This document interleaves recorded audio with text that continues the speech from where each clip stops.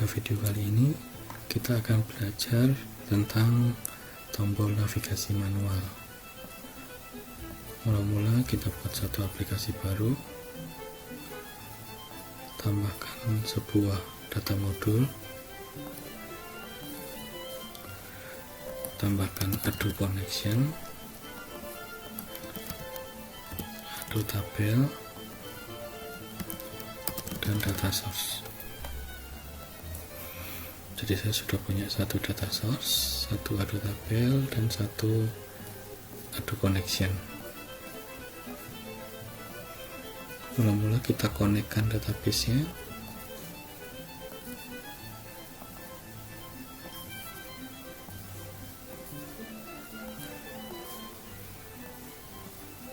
Login from-nya dihilangkan, connected-nya true. Ado tabel kita menggunakan Ado connection 1, tabel name-nya tabel mahasiswa aktif, data source-nya saya menggunakan Ado tabel 1. Kemudian di sini saya gunakan DB grid. Nah, biasanya saya gunakan DB navigator, tapi sekarang saya menggunakan button biasa.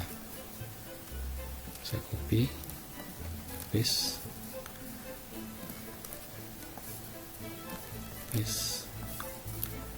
jadi saya sekarang memiliki 4 buah button.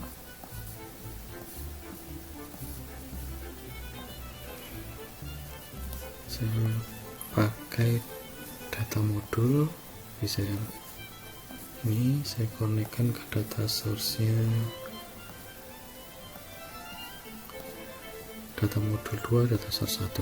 Jadi ngambilnya dari data modul, data source-nya yang ada di data modul. Nah, di sini kita sudah bisa menampilkan ada 3 nama mahasiswa. Kemudian di button sini double klik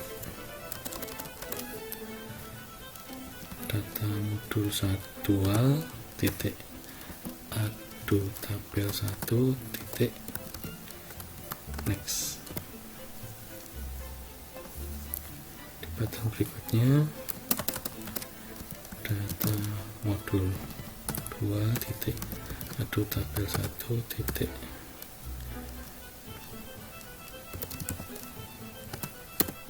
prior.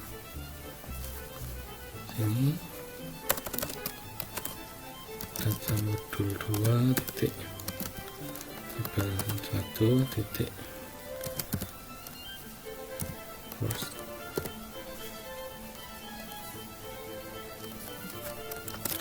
Data modul 2 titik Ado tabel 1 titik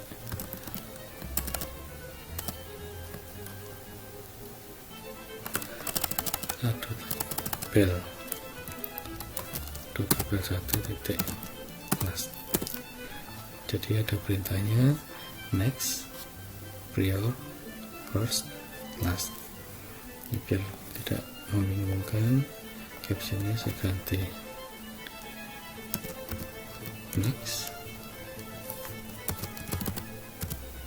prior, first, last. Nah, kalau saya jalankan